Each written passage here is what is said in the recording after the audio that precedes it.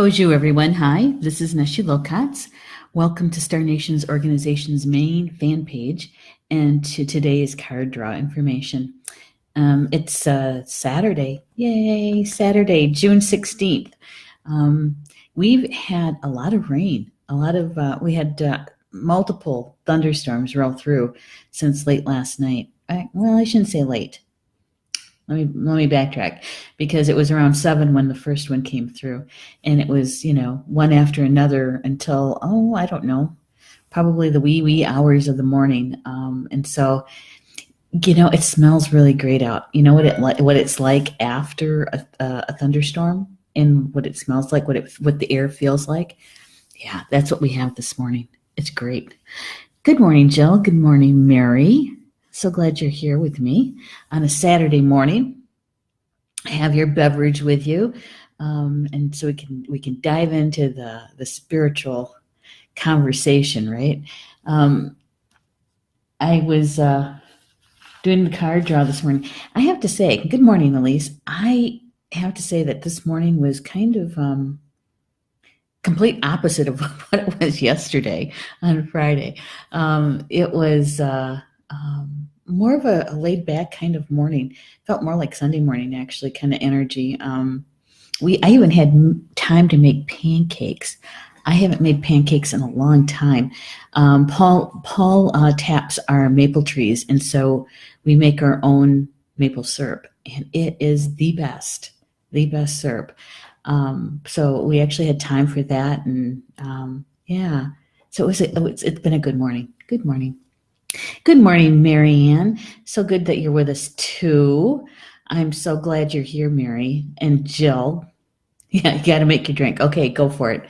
And yes, I do love storms, the thunder beams when they whirl through.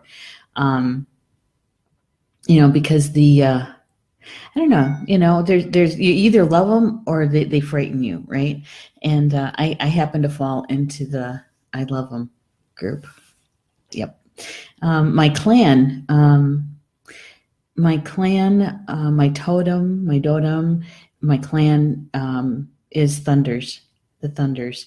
And so in my family, almost all of us, not quite all, but almost all of us have native names that are in the sky people. There's a few of us that have earth names or ground names. And so it's, so we like thunders. We do. So this morning in the card draw is one that we've had before, actually 2 of them we've had before, and they both kind of jumped out at the same time. And this is the first one that came out, Rites of Passage and About Change. And this is one of my favorite ones with the artwork. Because you can see the depiction of the red road. There's a cradle board at the beginning of the red road, and then you see a person walking the red road going up the hill, or towards the hill, I should say.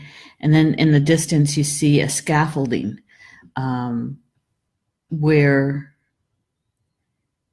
that when you pass away, when you die, your physical body is placed on that scaffold, and that comes out of the indigenous people from west of the Mississippi.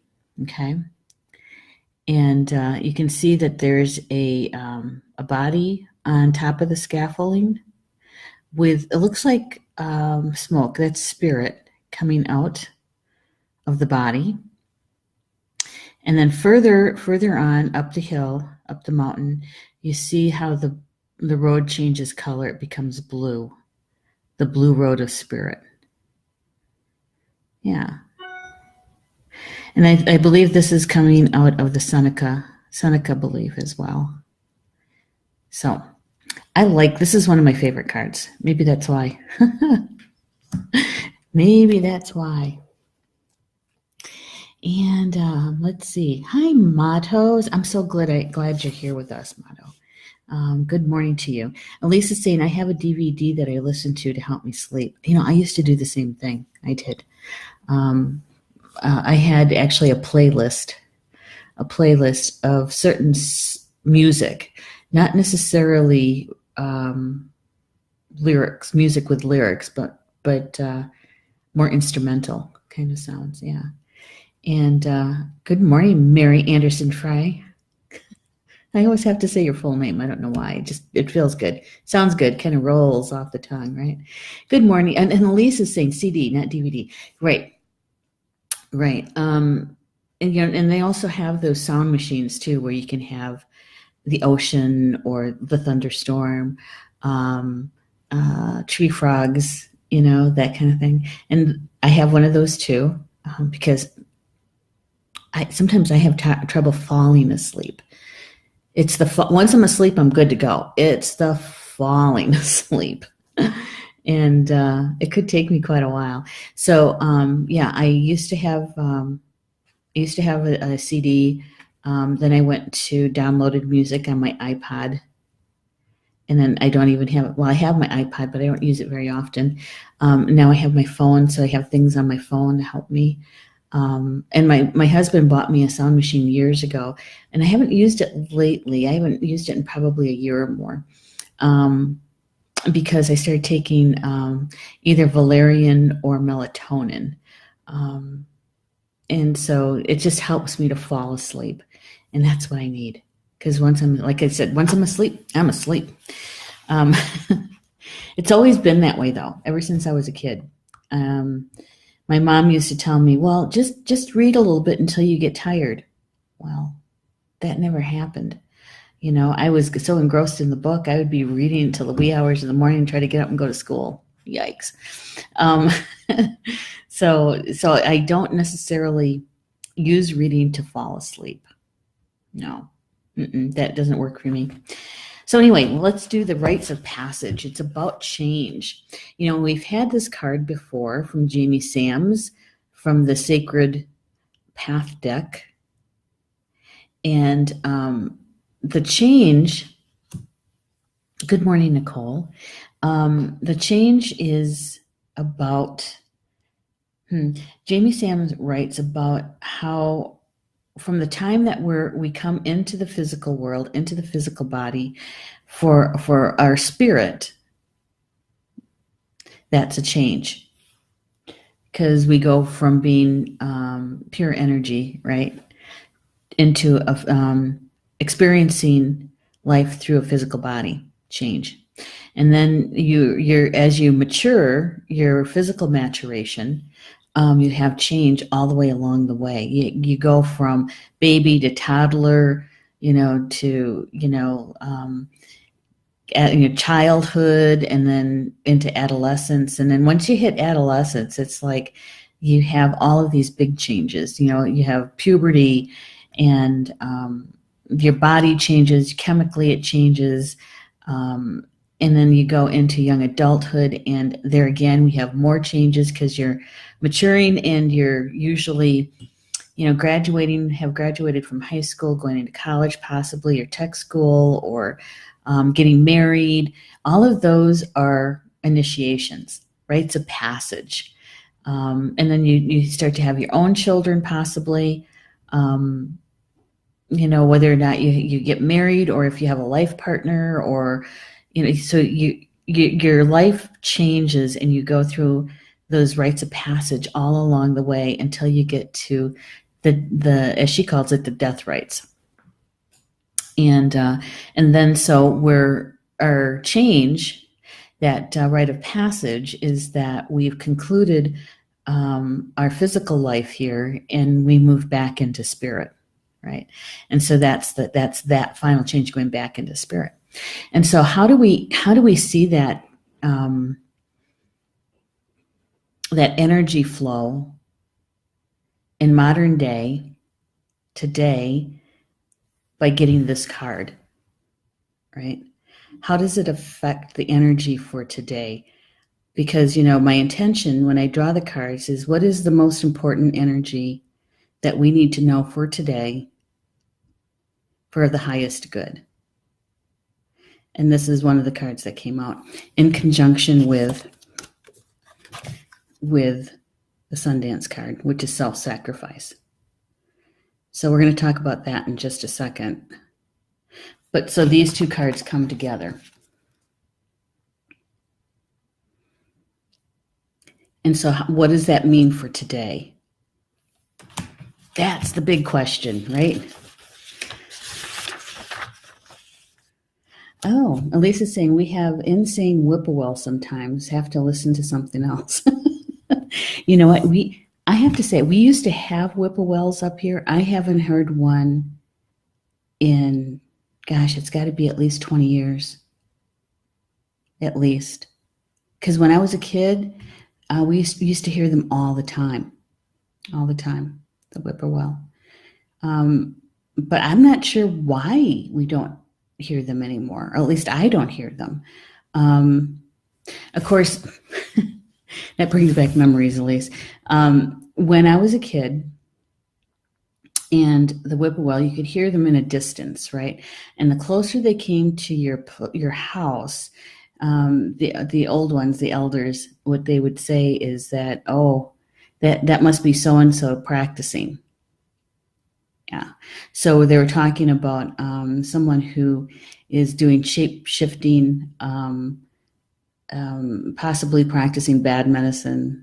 And so the connection to whippoorwill became synonymous with something not so good, you know. And sometimes I now know sometimes the adults would say things like that so that would keep us indoors at night. And so, you know, it's a way to control the kids a little bit. But there is some truth to it, too.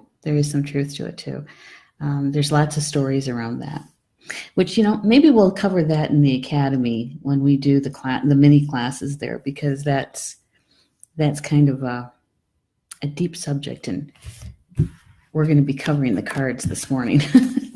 Don't make me digress, right? Because I'm so good at that. All right, so what we're going to talk about is the rites of passage. One of the things that when I was read through the information again, and I was kind of sitting there, you know, thinking about this, about how does this affect today as the day unfolds, and what jumped out at me in the writing that Jamie Sams has done. Let's see if I can find it. I thought I marked it.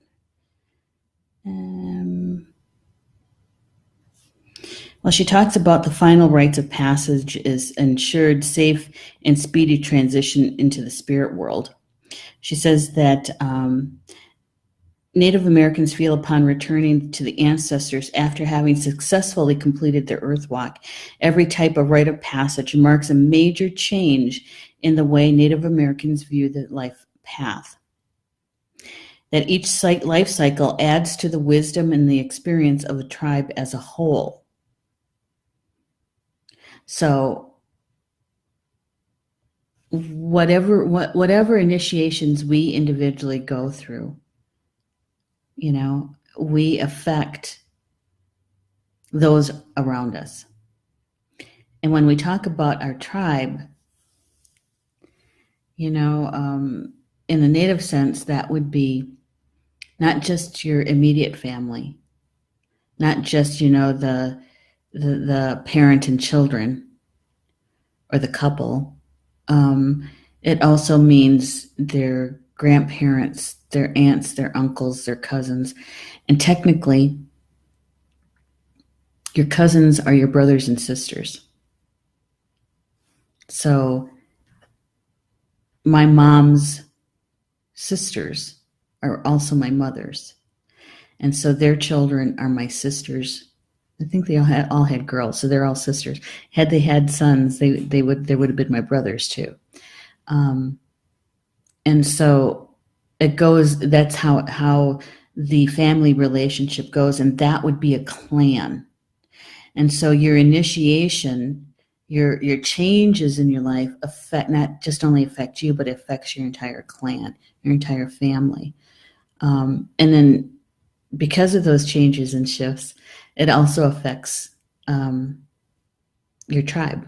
And the tribe is more like, in modern day, it's more like a nation. because that's how we see ourselves, is a nation. And so a nation is comprised of many clans that make the whole. And so, can you imagine? You're not the only one going through life changes. You're not the only one going through initiations. Everybody is. Everyone is. And so it's the energy around that is constantly moving and changing, evolving, right?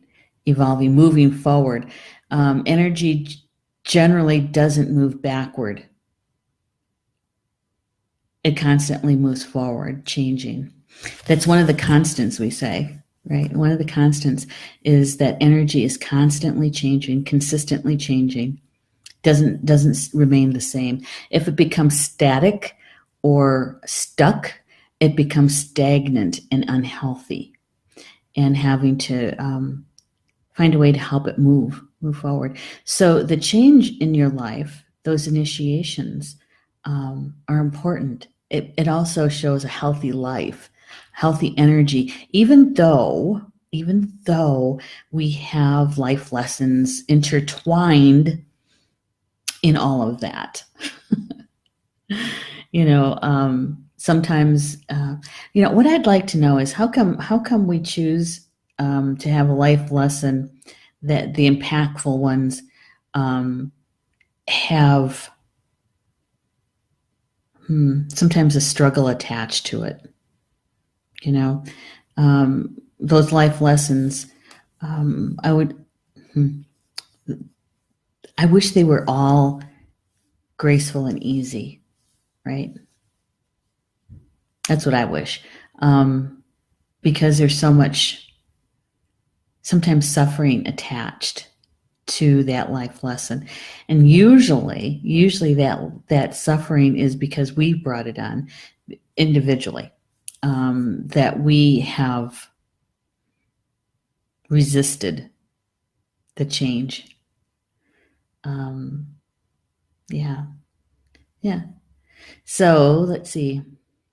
It is, I was just checking the messages, the comments. Yesterday, I wasn't sure what happened yesterday with comments. I never went back to figure out what the heck happened. I know it was a Facebook thing, because my connection, I did look at that afterwards, and my connection was good. So I'm not sure exactly what happened yesterday. So I am checking my phone, make sure the sound's turned down, and checking the comments. Okay, good. They're working. It's working.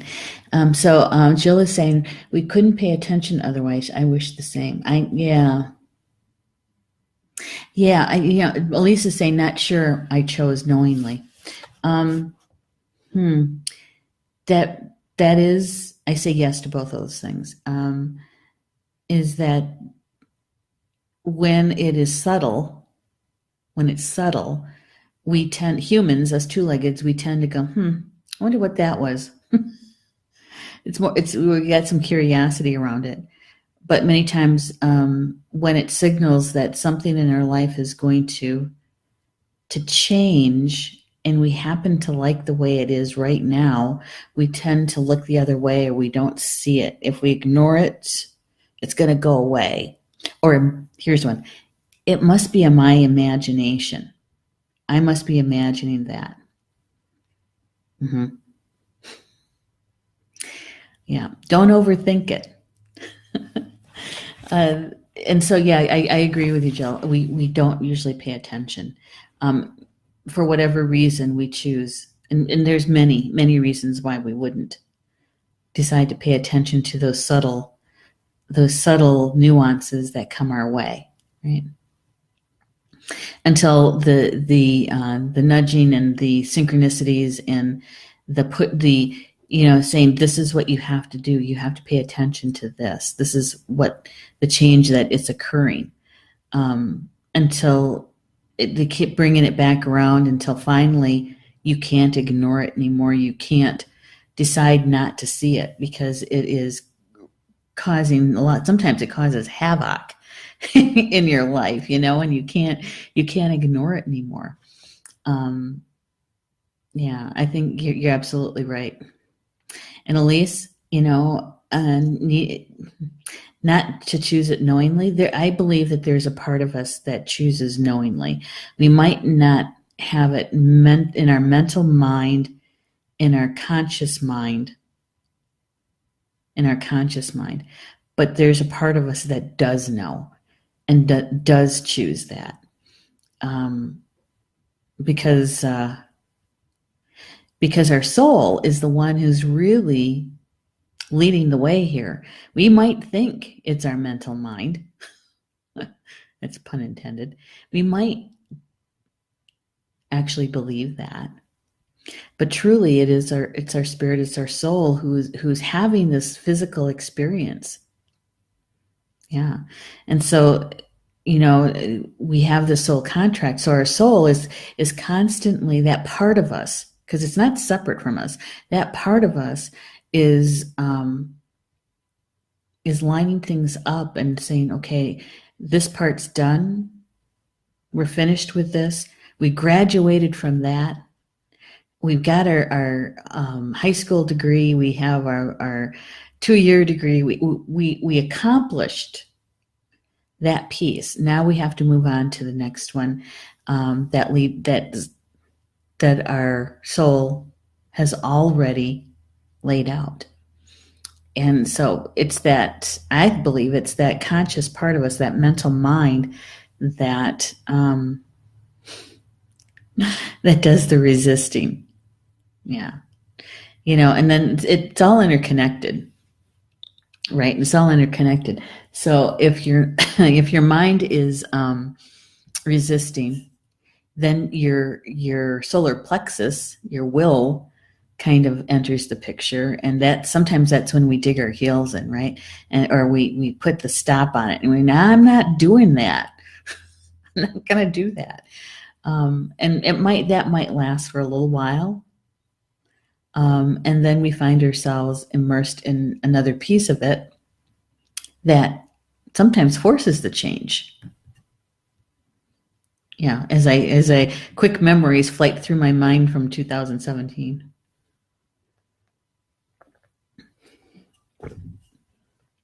I think that's why we say that, to be in the flow, it's so much easier when you're just in the flow of energy, and rather than trying to go swim upstream from it.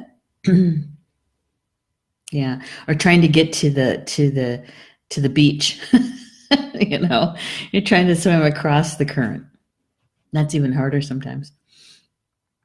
Jill is saying, well, the happy stuff like marriage doesn't reveal the challenges until later. Sometimes, sometimes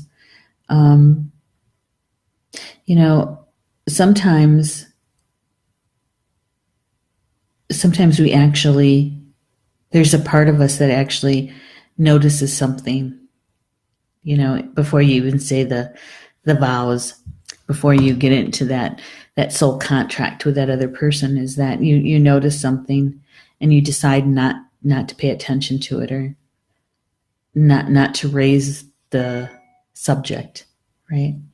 I know lots of friends who have been through the divorce, and they say, hindsight's 2020, is that something was up even before the wedding, even before they said their vows, and had they said something then, it might have been different, right? Not blaming themselves anymore, or not blaming the other person anymore. It's just an observation that they were making, that, if I would have said something beforehand, this, either we may not have gotten married, or we would have worked on it, or at least knew about it going into the marriage, which puts a whole different spin on it, right? Yeah. Mano's saying, reminds me of can you hear me now? Yes. It keeps getting louder until we hear the message. At first, it's just so subtle. Yes. Yes, yes, yes. Can you hear me now? And and I used to teach this class about trusting your intuition. And I said, in my imagination, this is how I imagine my spiritual team, is that my guides, right? That they're waiting for me to take notice of something that they're showing me, or that I'm going to ask them for assistance. And so when I don't ask them for assistance, they're just kind of hanging out, watching movies or playing cards or something. And they say, and the next thing they go is like, hey, wait, she's doing something. She's going to ask now. No, she didn't ask. All right, whose deal is it? And when those important things come up, right, and they're showing us signs and synchronicities, it's like I would have somebody walk in front of a student with holding a placard or a sign, turn left or something, and they walk so close to them that you can't really miss it, right?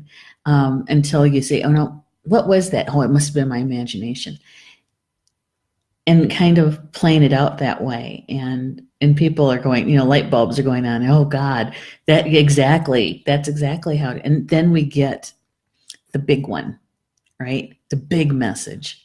And sometimes it's the car accident. Sometimes it's the being so sick you're in the hospital, the divorce. You have this huge confrontational blow up with your best friend that you've known your entire life practically, and you think that everything is cool, and you find out that it's not, and you're devastated. It's like you're blindsided, and and reality is that there were signs along the way, and we chose not to pay attention to them. Please. And just because you teach this stuff doesn't mean that you do it every time either, because I tell you what, in 2017, I had the blinders on. Don't want to see that. I like my life the way it is, not changing it. There was change. And when I finally got with the program and stopped resisting it, things went so much smoother. Yeah. Yep, that's it. So Jamie Sams is writing about the Rite of Passage marks a time of momentous change in life. If we've drawn the card, you're being asked to make note of the growth and change that is occurring, because it will shape your future. It will shape your future. So what energy is flowing today that is a marked change for you? It could be something little, like in a subtle way, or it could be one of those big things, or you're going to be bearing witness to it. As the energy flows around us, to us, and through us, we are either a direct participant in the unfolding of it, or we are bearing witness to it. And so as you see and experience the day unfolding for you, and you're thinking about, gee, I wonder what those rites of passage, that change is going to be about. What's changing? It could be something little. And if you notice it, go with it. Say, oh, there it is. I see that. And see how it affects how you do things today. Or possibly even the future. Yeah, so we watch.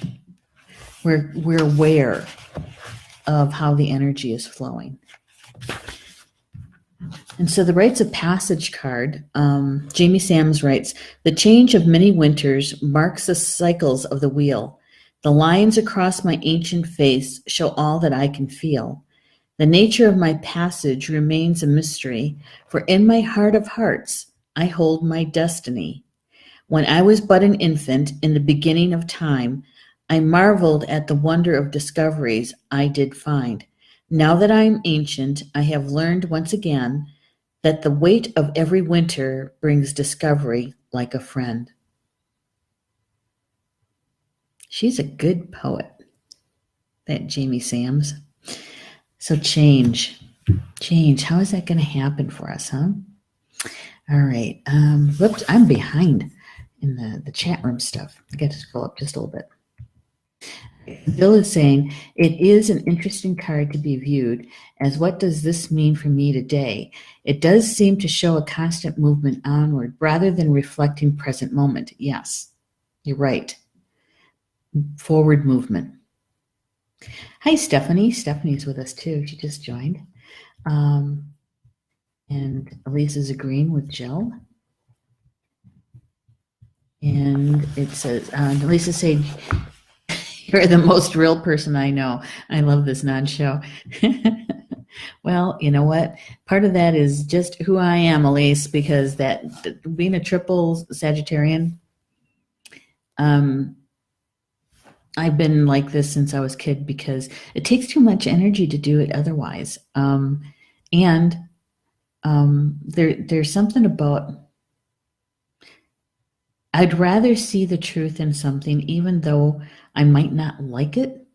It might not feel good, but I'd rather know the truth than to play games and to keep going around and around and around the same subject and not get anywhere with it. You know, to me, that's a waste of everybody's creativity and energy. You know, I'd rather hear the truth, even though it might not be a pleasant truth. I'd rather hear it and go from there and then move forward with it, right? And Lisa's saying, I was married once, now I have a dog. Maybe my rite of passage. Could be.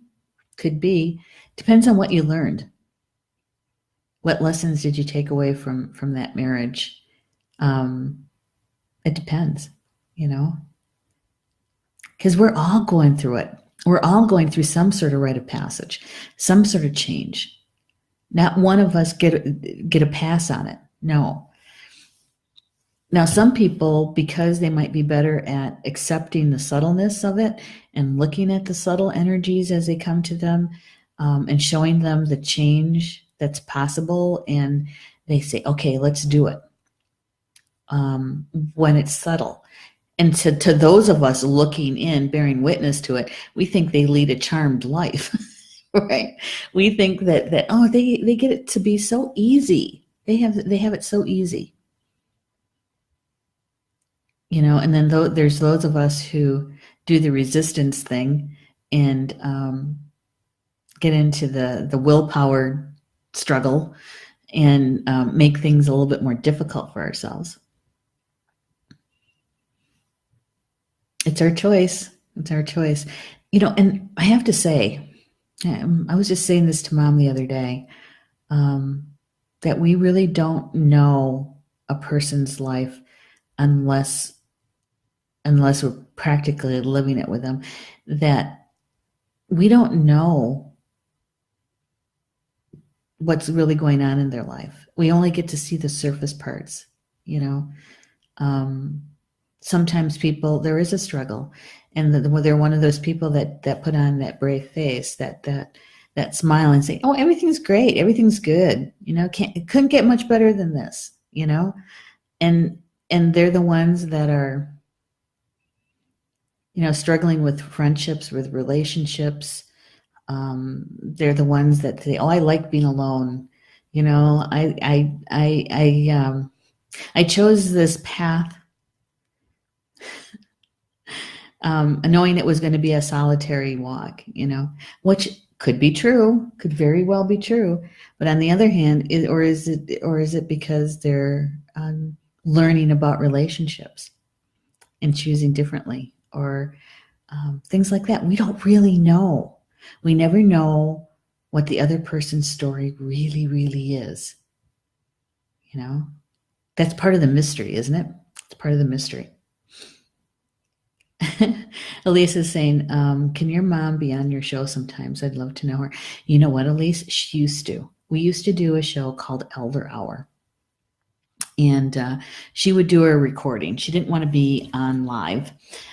She would do the recording, and she would pick the topic that we would talk about. And then she stopped because her pain level increased. And she says, oh, they're going to hear the pain in my voice, and I don't want that. She doesn't want to be Facebook famous.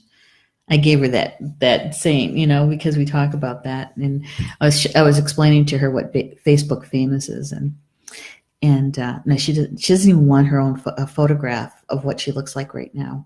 Not that she is concerned about being elderly and being older than what she, in her mind, what she feels like.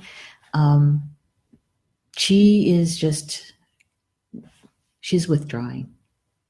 Okay, she's withdrawing. And it's part of that preparation of whenever her transition happens.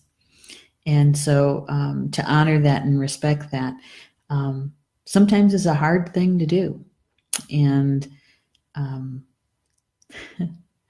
so I'll ask her, but I highly doubt it. She spends an awful lot of time by herself now. I'll go in to try to visit with her, and we talk a little bit, but then she switches it to something that is about politics or something like that. So she doesn't even really talk about baseball much anymore. So yeah, it's we'll see. And she's saying, is there somewhere to see that show? It was actually a Blog Talk radio show, so it wasn't a video. It's audio. And yes, you can go to Blog Talk Radio, go to Star Nation's radio network, or you could search by Elder Hour. That might come up that way. It's also on the iPod iTunes podcast.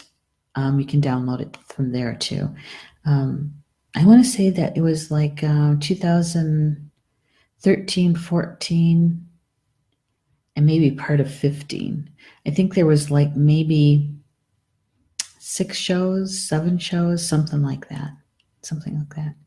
It was something just to get her to do that. She goes, who wants to know what I have to say? And I said, everybody wants to know. And I don't even know what I want to talk about. And so we'd start with this really broad topic, and we would bounce around in it, wherever she wanted to go with it. Yeah. Those are some really good ones. And we also recorded a few more that it's not meant for public use. And she told me that right straight out. She goes, this is not meant for Facebook. This is not meant for the public. I would like to record this for my grandchildren, for the great-grandchildren. She talks about their native names, and she talks about relationship. Who's related to who? Because that's really, really important. And, because she knows all of the grandparents and great-grandparents and all of that. And so she wants her grandchildren and great-grandchildren to know who they were related to. So we recorded that. Stephanie is saying the BTR archives are freaking wonderful, aren't they, though? They're great. And that is one of the reasons why I kept a limited account with Blog Talk. Yeah. So that we still have the archive there. And Mato is saying, blessings to you and your mom, and you both travel this part of the journey together. Well, thank you, Mato. That is so nice of you. I love that. It has been quite an experience. Tomorrow afternoon at 2 p.m. Central Time, I'm doing a special show, Communications from Home special show with Mervyn Kelly. We started a series in January called Caring for the Elderly Parent. And because we realized that we both were having a similar experience. I didn't know he was taking care of his mom. He didn't know I was taking care of my mom. And so we just started sharing one day. And I said, this would really make a really good show. Because if we're talking about it, there must be other people who need to hear some of this too, or would like to. And so we started that series. And tomorrow afternoon, we're talking. It's going to be a hard show, but we knew we had to do it. And it's about the transitions. And it's kind of, it is about this. It is about the rites of passage and change. Taking a parent and deciding to care for them in your home changes your life completely. And you don't realize that because most people do it because it's coming from their heart. Most people. But it changes your life. That's the part you don't know. You don't know how much it's going to change and what is exactly it's going to change. And then the time that you spend with them, whatever length of time that is, you're literally watching them change right before your eyes. They get smaller. Physically, they get smaller. Their social life gets smaller and smaller and smaller and smaller. For my mom, almost everybody that she's ever known that was her contemporary is gone. Almost everybody. And so, you're watching them go through their changes and preparing for their rite of passage back into spirit. It's an emotional thing. And so the show, that's what we're going to be talking about tomorrow. Not only their transition, but what happens to the caregiver in that transition. And so that's what we're going to talk about. It's not an easy topic by any stretch. And I know Mervyn shared with me, he said, I don't know. He says, I know we have to do this one, but he says, I don't even like thinking about it or going there because that's not something that I'm ready for yet. And I totally understand that. I do. But here we are talking about the subtle things, right? And not waiting for the big 2x4 kind of thing to come in. And so if we can talk about those subtle things, maybe that might help somebody recognize that's what that is. Okay. That's what that is. And so it's part of the service that we do here, and it's just as helpful to us as well, because Mervyn and I have a chance to talk about it, to share about it. Yeah. Thank you, Jill. Blessing, she says to me. And Jill said, I heard the first one. It was profound and relevant to all of us, whether you care for an elder or think about how the process will be for you. I know, exactly. I have learned so much in the time with my mom. I know, oh my God, I know. And it's nothing against my relatives, but I know that I'm on my own when it comes time. I highly doubt that I will be a part of somebody's home life like that. Yeah, I don't know exactly how it's going to unfold, but I honestly can't. I can't see somebody taking that big of a step and leap to change their life that way. Yeah, I don't think that's going to happen. So that means that Paul and I have a little planning to do, that kind of thing. So yes, it brings up your own mortality and your own belief systems. That's for sure. And Stephanie, where are the archives for this series you're doing tomorrow? Actually, it's right here on the fan page. If you go to the videos, you'll see them all listed. Or you can go to our YouTube channel, Star Nations Organization LLC YouTube channel, and they're all there as well under Communications from Home. Yeah. So you can do that. Oh, I love you too, Elise. One of these days, you and I are going to meet in person. One of these days. So we got one more thing. Gosh, I didn't mean to keep you guys for so long either today. It's Saturday, for goodness sake. The Sundance. It's about self-sacrifice. And it is one of the 7 blessings that was brought to the Lakota people, to the Osheti-Sakoi people from the White Buffalo Calf Woman. And the Sundance is the culmination of those 7 gifts. And so it's the 7 gifts all lead up to that Sundance. And the Sundance is usually only danced by men under the tree arbor, and they have a single tree that symbolizes the world tree or the tree of life. Some might call it the axis mundi. But what happens is that the dancers are without food and water for 4 days as they dance. They're dancing during the daytime to the sun, grandfather's sun, as they illuminates their intention is to have a vision for themselves, a vision for their people. And the men are the protectors, right?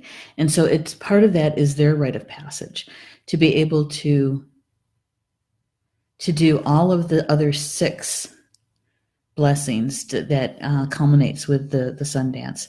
That is a rite of passage. And there's men who have danced it multiple times.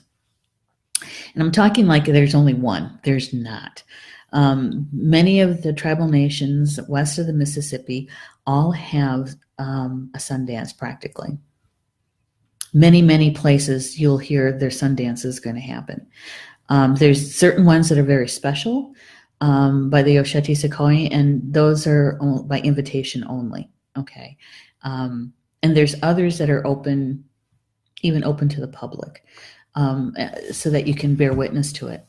And when you're there, now I haven't been to one, but I have friends who have, and they tell me that when you're there, you're holding space, you're praying for the dancers, and you're praying for yourself, and you're praying for the people.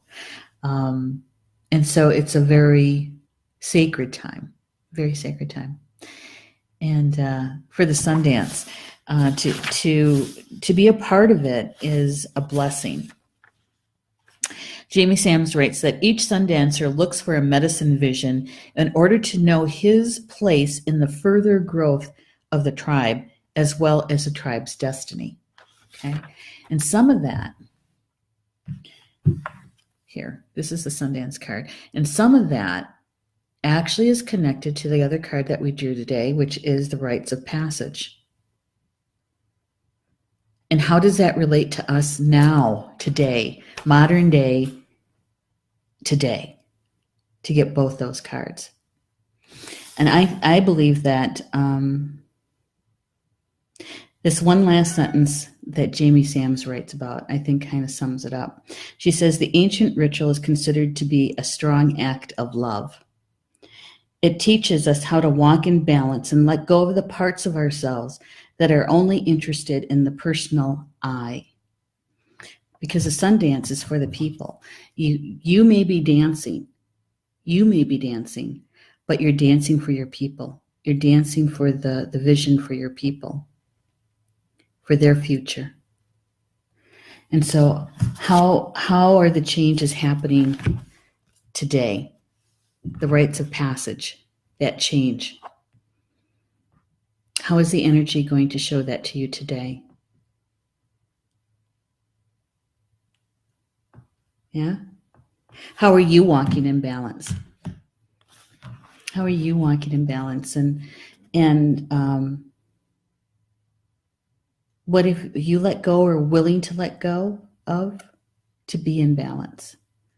To walk in that way. And when you're walking in balance, you're also walking in beauty, right? Yeah.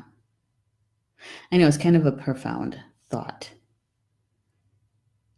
Contemplative thought, and watching how the energy unfolds for the day and where those changes could come up. We should look for the subtle ones, right? Pay attention to the subtle ones. What happened? And if we can turn our attention to that more and more often, maybe the changes in our lives won't have to be these dramatic upheavals, that we can, when we see them in a subtle way early on, we can recognize it and say, okay, talking to our team, our spiritual team, what's my next best step? How can I do this change? What is this? Show it to me. I want to know in clarity that East Shield stuff. Yeah, I think that's what it is.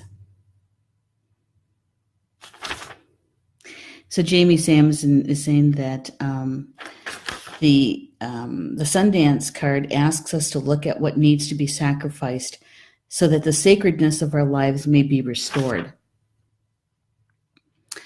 And she's saying that that we can make those changes to rid those parts of the self that represent our shadow. And the shadow is where we learn most of our lessons, right? We learn our strengths. We learn how to use our tools, how to master both our mental mind and our emotions. Yeah, she's saying that you're being asked to give up something in order to stand in the truth of your convictions. Yeah. So here's the poem for Sundance. Within the sacred arbor, here, let's pull this up. Within the sacred arbor, the warriors dance the sun, tied to the tree of life until the dancing's done. They feel the pain of woman so the people may live, seeking medicine visions as of their pain they give. Yeah, the Sundance card.